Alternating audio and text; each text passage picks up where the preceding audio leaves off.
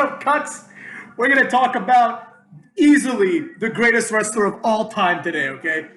Obviously the best. No one can suggest otherwise. Anyone that tells you the best wrestler is Kenta Kobayashi is a liar, right? They're all full of shit. It's not Masahiro Chono. It's not Misawa. It's not Dean Ambrose. It's not Okada. It's not Kenny Omega. It's not even Cena, motherfucks. The best wrestler of all time is undisputedly the Hulkster. That's right, motherfucks. Hulk Hogan. And today we're going to talk about 25 reasons why Hulk Hogan fucking rules. All right? Starting with reason number one, motherfucks.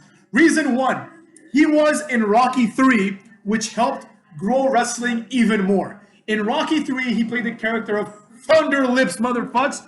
And Thunder Lips was having an interpromotional match, an intersport match against Rocky Balboa. And Rocky Balboa pretty much got cucked by Hulk Hogan, which proves once and for all that even Rocky Balboa couldn't beat Hulk Hogan, motherfucks. Reason two, he was and is huge. He is an enormous human being, right? He looks like a wrestler should look like. He's jacked as shit, he's tall, and he's strong. But he's not this like, he's not like a Kane. I mean, he is kind of like a Kane, isn't he? He's like the same size as Kane, basically, right? But he's not this like goofy ass, like, you know, big guy, like running into shit type of wrestler, right? He's like a real main eventer who is also huge. And he proves that all that matters is that you're huge and have incredible charisma, right? I'm not even going to put those as reasons, the fact that he's charismatic, but we all know that shit, right? All right, reason number three. I guess I'll add it into one of the reasons. Reason number three, he was a good role model, motherfucks. He was a great role model for the kids. Partially because of his charisma, right? It's like he was really quickly able to sell the fact that you want to be like Hulk Hogan. And in order to be like Hulk Hogan, you gotta say your prayers, you gotta eat your vitamins, motherfucks. You cannot be like Hulk Hogan unless you do those two things. That's just a fact right there, motherfucks. So reason number four, he picked up and slammed Andre the Giant in what is one of the greatest WrestleMania moments of all time, because Andre the Giant was a fucking giant, motherfucks. He picked him up, dropped a leg on him, and pinned that big giant retard and became champ once again, motherfucks. Reason number five, this is where we get to the good reasons. Reason number five, he was willing to turn heel and lead the greatest faction of all time undisputedly. Let's be real, right? Like, I know in my faction videos, I said that NWO is not one of the greatest factions because of the fact that they had all these iterations, right? But let's take it back a bit. Like, the NWO, Hogan, Nash, and Scott Hall was the best faction of all time. If they just stopped there and didn't add anybody else and all that stupid shit, NWO 2000, who gives a fuck, you know? Like, forget that. The real NWO, the real one, the one that eventually came back to WWE, those three guys, that was an awesome faction, all right? And it was the best one. And it was the most impactful one, and it's the reason why things like Bullet Club exist nowadays, right? What else? There we go. The promo, motherfucks. The promo that Hulk Hogan cut when he turned heel was awesome. He was like, you motherfucks don't like, you don't support Hulk Hogan. You just like me when I'm winning, all this other shit. He just buried everyone. It was great. People were fucking fuming. They were throwing things in the ring because their hero had turned evil, motherfucks. It was awesome. It was one of the best moments, one of the best promos ever. And reason number seven, it was by far the greatest and most meaningful heel turn of all time. No one else has turned heel and had it mean that much since Hogan, right? The only thing that would rival that would be like if John Cena turned heel and had a similar career after turning heel where he's doing all this heel shit and just being an evil bastard, right? That's not going to happen ever again. They tried to emulate this several times, Several times different promotions have tried to copy this heel turn. The most memorable one is Jeff Hardy turning heel in TNA. That was very similar, and it was meant to parallel that, right? But let's be real, Jeff Hardy, even though he sold a lot of merch and he's a recognizable name, one of the most popular wrestlers of the 90s and 2000s, he's not Hulk Hogan. So him turning heel is like, all right, whatever, who gives a fuck, like he already was like, kind of like not really a role model anyway, so it didn't really mean that much, But nonetheless, that was still cool, but it was based on Hulk Hogan's heel turn. Reason number 8, Hulk Hogan versus The Rock at WrestleMania is one of the best WrestleMania matches of all time. Now, a lot of people, this is a controversial thing to say because people are like, I didn't see any backflips. I didn't see a shooting star press in that match. No one gives a fuck about that, right? No one cares. The Rock wasn't even on his prime in the sense that, like, I don't think he cared too much back then. So it's not like he was putting on this, like, clinic, right? Hulk Hogan obviously wasn't on his prime, in his prime. But nonetheless, the match was one of the best matches ever. I would argue that it was one of the best matches The Rock has ever had. As well as Rock versus Cena when Cena beat him, right? Because in order for a match to be good, it has to matter. It has to make sense and it has to matter. That's why Johnny Gargano versus Andrade is not one of the greatest matches of all time, because no one gives a fuck. Like, oh, Johnny Gargano, is he going to become NXT champion? And so what if he does, right? Who the fuck cares, motherfuckers? But Hulk Hogan's return match to WWE in such a long time, him being the heel and going up against, like, it was either Rock or Austin, the number one guy in the company. And not only that, the number one guy of WWE, right, when they were competing against WCW, right? So, it speaks for itself, motherfuckers, The Rock is like the new guy. Hogan was supposed to be like the old guy. But I'll never forget this. Possibly, easily a top 5 WrestleMania moment. Might be the best WrestleMania moment of all time. I'm not even joking. When The Rock does the Rock Bottom and pins Hogan. Go look it up on YouTube, motherfuckers. When The Rock does the Rock Bottom and pins Hogan, and Hogan kicks out at 2, the crowd erupts, right? Because they thought it was over, right? And they obviously liked Hogan more than The Rock for reasons that shouldn't be stated. Hogan is better. He's cooler than The Rock, right? So he kicks out, and he's on one knee. And The Rock just looks at him with, like, the bug eyes. When The Rock opens his eyes real wide, he looks at him and he punches him in the face, right? And Hulk Hogan starts hulking up, and the crowd just fucking loses it. Like, we're never gonna see a pop like that ever again. Let's be real, right? But the crowd loses it. Hogan starts hulking up, right? The Rock punches him, right? Hogan blocks it, does the you, right? The Rock tries to do it again. He gets punched, big boot, drops the leg on The Rock, and The Rock kicks out. Easily, like, the greatest Hulk up moment of all time, and arguably the greatest the best in-match moment ever, right? Ever. It was incredible. Like, everyone lost their minds. Like, forget about HBK versus Undertaker. He kicked out. Everyone kind of pops. I mean, they popped, but not the same way. Not the same way as Hulk Hogan hulking up for the first time in years in WWE against The Rock at WrestleMania as a heel, motherfucks. Great moment. Fantastic. Look it up, motherfucks. Which brings us, of course, to reason number 9. I constructed the list this way for a reason, motherfucks. Reason number 9, the Hulk Up. The Hulk Up is great, right? When WWE 2K, whatever, 15 came out, and they had Hogan in it, and they had the comeback moments, right? The best comeback moment was the Hulk Up, where it's fantastic, right? It's so iconic. It's so great. It leads into a finisher, right? And it's something that, once again, has been emulated by people through various degrees. Number 1, the Cena comeback, like all comeback moments, right? And I don't mean in the game, but in real life, all comeback moments are derivatives of the Hulk Up. Let's be real, motherfucks. And people like Daniel Bryan have literally just copied the Hulk Up, right? Doesn't work nearly as well with Daniel Bryan, but nonetheless, he copied it directly from Hulk Hogan. The Hulk Up is great. If it were a wrestling move, it'd be one of the best wrestling moves ever. Reason number 10, Hulk Hogan won the tag team titles with Edge and put Edge over big time. I don't think anyone has been put over in a better way. Someone of Edge's caliber has been put over in a better way by a moment, right? Especially a moment where they didn't defeat, like, a wrestler that's way above them, right? Because, you can argue, like, I don't know, Cena was put over when he beat JBL, or perhaps he was put over when he beat Triple H or Shawn Michaels, right? But it's not the same thing, you know what I'm saying?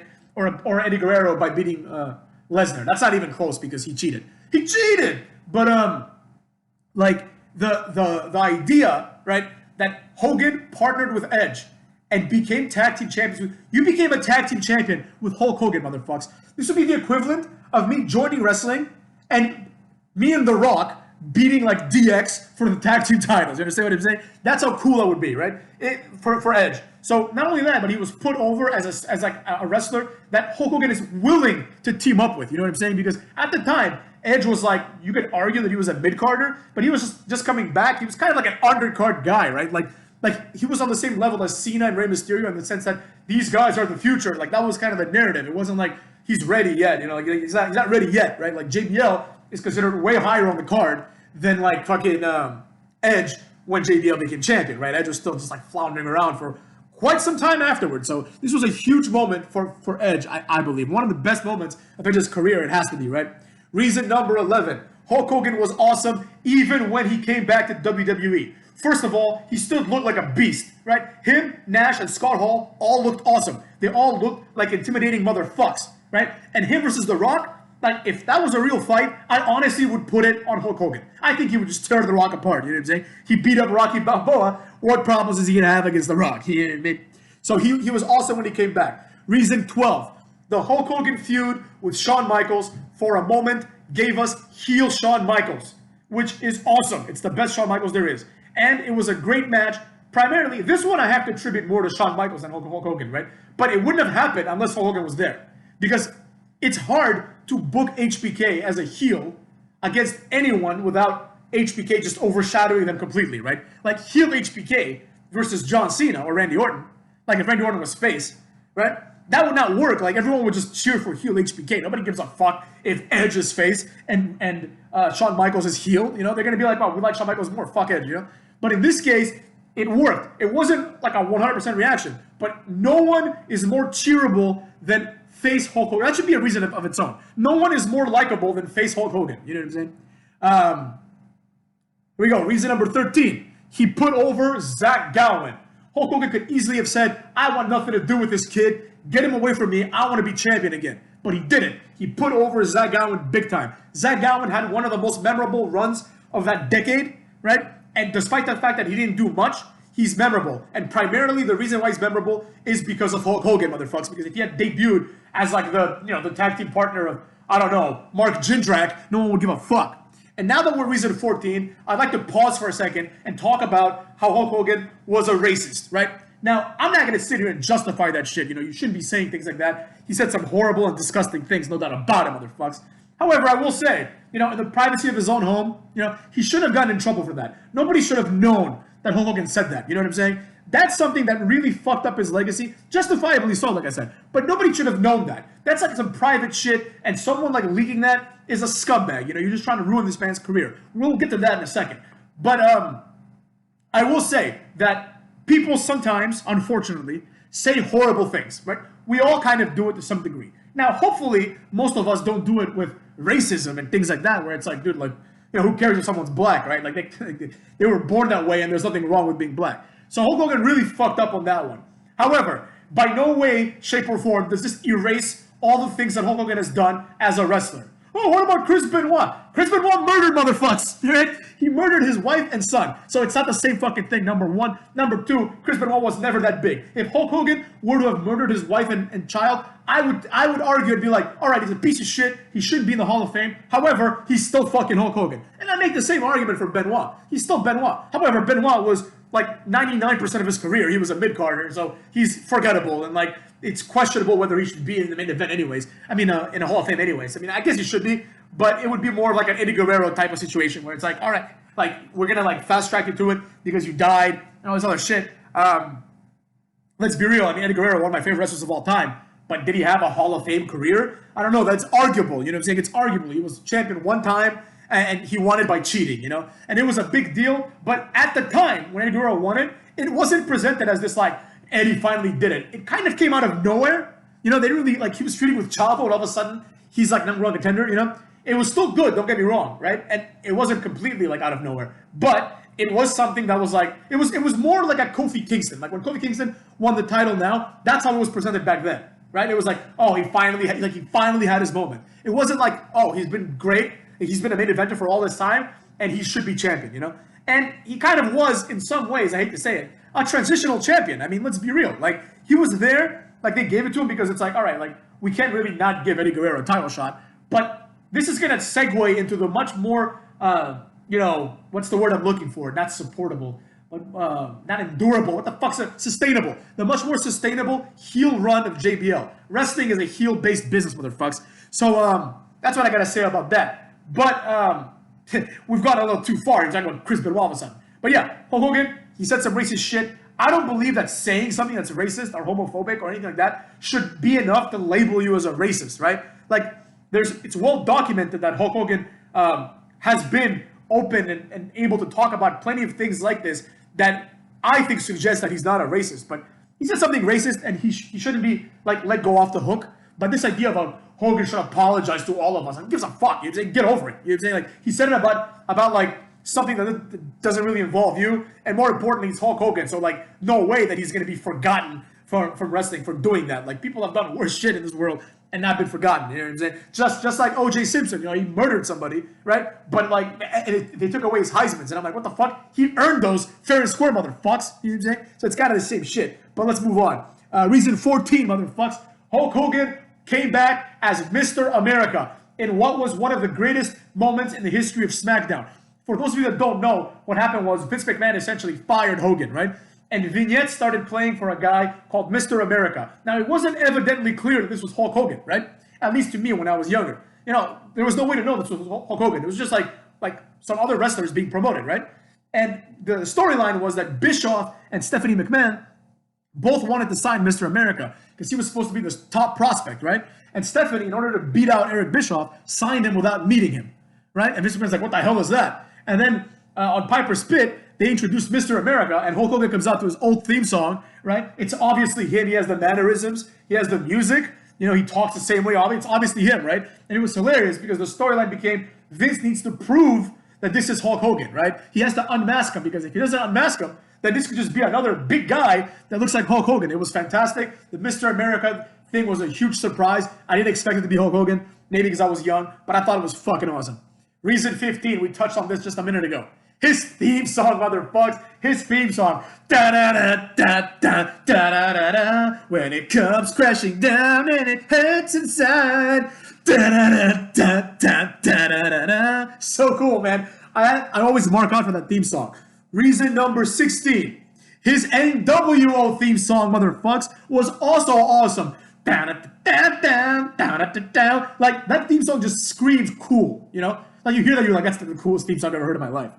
Reason 17. Hulk Hogan is so great that he can even take a lackluster move, the leg drop, and make it into a finishing move that is awesome and, I don't want to say believable, but it's a move that you look forward to. It's kind of like what The Rock did with the People's Elbow, right? It's like just an elbow drop, but the theatrics behind it and the way that it's presented, you're like, I look forward to this move. Like, nobody believes that the People's Elbow is good enough to like pin someone, but I look forward to this move. You know what I'm saying? I look forward to The Rock setting it up and doing it. People lost their mind for the People's Elbow, just like they lost their mind when Hogan hit the big boot and then did the little thing that he does where he puts his hand to his ear and then dropped the leg. You know what I'm saying? It was awesome. Reason number 18. All right. Hulk Hogan main evented like a million WrestleManias. All right. So that right there is enough to justify that he's awesome as shit. You know what I'm saying? Reason 19. Hulk Hogan is undisputedly the most recognizable wrestler of all time. In an old Smart Busters video that I watched back in the day, they were making fun of some guy on like one of these forums saying like, what are like 5 household names in wrestling, right? And someone was like Kenta Kobashi. Like their list of 5 didn't even have Hulk Hogan. Like, Kenta Kobashi is a household name. No, he's not. He's probably not even a household name in Japan. They're like, what the fuck's this guy? I don't give a fuck. Where's Hulk Hogan? It's like, if you go to Tokyo and you show people, you take 100 people and you show them a picture of Okada, right? And you show them a picture of Hulk Hogan, more people are going to know Hulk Hogan. Because I don't even have to explain why. Because one is Okada, also known as Okado in TNA, and the other one is Hulk Hogan. So deal with it, cucks. Reason number 20. Hulk Hogan is inherently cool. You just look at him and you're like, that's a cool dude. The end. Nothing more needs to be explained. No one, like if someone says to you, hey, why is Hulk Hogan cool? The appropriate response is one of 2 things. Look at them with like doubt, like, what do you mean, why is he cool? Like, it speaks for itself, it's self-evident. Or 2, hit the big boot on them and then drop the leg on them for being such fucking assholes, right? Reason 21. Hulk Hogan was better than his contemporaries and showed that he was still awesome and better than most wrestlers when he came back. Most wrestlers in their 20s and 30s could not hold a candle to Hulk Hogan in any way, shape, or form. So that's what I gotta say about that. Reason 22, one of my personal favorites, motherfucks. Hulk Hogan buried Billy Kidman, and it was justified, motherfucks. It was justified. He did it by telling the truth. During that little Millionaires Club versus the New Blood storyline in WCW, Billy Kidman all of a sudden started thinking that he was hot shit. And I'm like, dude, you're fucking... I like Billy Kidman, but I'm like, dude, you're Billy Kidman. Like, you have no personality, right? His finishing move was a shooting star press, which was like, he was like one of the only people that did it back then, so it was fucking cool. But he did it, and it looked like shit always. He hurt, like, he like broke Chavo's face with it, you know, and they turned that into like a storyline of like, this is a dangerous move. It's not a dangerous move if like Evan Bourne does it, or Ricochet, or Cedric Alexander, or even that cuckold Sammy Guevara, right? Not Cedric Alexander, I don't think he does it, but Ricochet does it for sure. So like, or John Morrison, who does like the standing one, right? Or Apollo Crews. It's not dangerous when they do it because they know how to do it. Billy Kidman didn't know how to do it. And Hulk Hogan was like, kid, you couldn't even sell out a flea market, let alone like a pay-per-view. Let's be real, you know what I'm saying? And he buried him completely. And Billy Kidman came back and only to injure Chavo and wrestle like Jamie Noble, like nobody gave a fuck, you know what I'm saying? So that was awesome. Reason 23. Hulk Hogan was rightfully the WCW champion, and he held down several jobbers that did not deserve to be WCW champion. That's one thing that people never talk about. This idea of wrestlers holding other wrestlers down. Even when they falsely accuse Triple H of holding people down. Yo, there's nothing wrong with that. You gotta hold people down, right? If they're not good enough. So you don't waste resources on them, right? So people are like, oh, John Cena held down Alex Riley. And Alex Riley is like, I'm gonna tell the story one day. Nobody gives a fuck, dude. Nobody gives a fuck why. Like, I can tell you why you were held down. You were held down because you had a generic gimmick. You were a big guy, good looking dude. I'm not saying that like you had nothing. Big guy, right? Had a look to him, like jacked as shit, you know what I'm saying? Did some power moves, but let's face it, his gimmick of being just a jock wasn't good enough. He was like an MJF gimmick, but he had less charisma than MJF, which is not really the highest standard ever, right? So it's like, dude, you were held down, and I understand, man, nobody should hold you down at your job. I get that side of the argument, but the other side of the argument is, dude, like, it would have been a mistake to push you, right? Just like, for example, nobody held Kofi Kingston down, even though I was saying he shouldn't be WWE champion. Nobody held him down. Well, what do we get from that? Fucking nothing, right? He had like a meaningless title reign. Now he's back to being a tag team guy. Now he's injured. You know, when no one really gives a shit. It was a waste of time. If they had some foresight, right, for like future term booking, right, they could have taken someone that they intend on pushing, right? Maybe Kofi Kingston if they intended on pushing him. But you understand what I'm saying? They could have taken someone like, I don't know, let's say Buddy Murphy. Let's say he was going to be the next big thing. Or Aleister Black. And had him do that. And carry this forward and become an established guy. You know, just like when Rollins won the title with Money in the Bank, he became an established guy. When Edge won the title, he became an established guy. Right? Edge and Rollins are both, or were, I guess Edge is now that he's back. They're both guys that could conceivably at any given moment challenge for the world title. Kofi Kingston is not that, right? So, Hulk Hogan only held down people of that level, right? He held down Billy Kidman.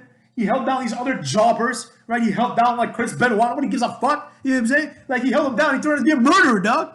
That's what I gotta say about that. Reason 24. This is a very important reason. He embraced being bald. However, in embracing himself as being bald, he still had the cool ass Hulk Hogan blonde hair and tied the bandana so you'd forget that he was bald. But when he wrestled, he was just bald. He didn't like shave his head completely, which would have been kind of goofy. He kept some of his signature look, but he embraced it. He didn't try to cover it up like fucking Dean Ambrose or like the young buck that's balding, right?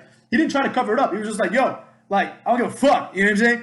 Dean Ambrose does a little comb over, like to cover his bald spot. It's like, dude, shut the fuck up. Frankie Kazarian now has hair plugs, which I don't like at all as a concept, but it is what it is. I think he has hair plugs.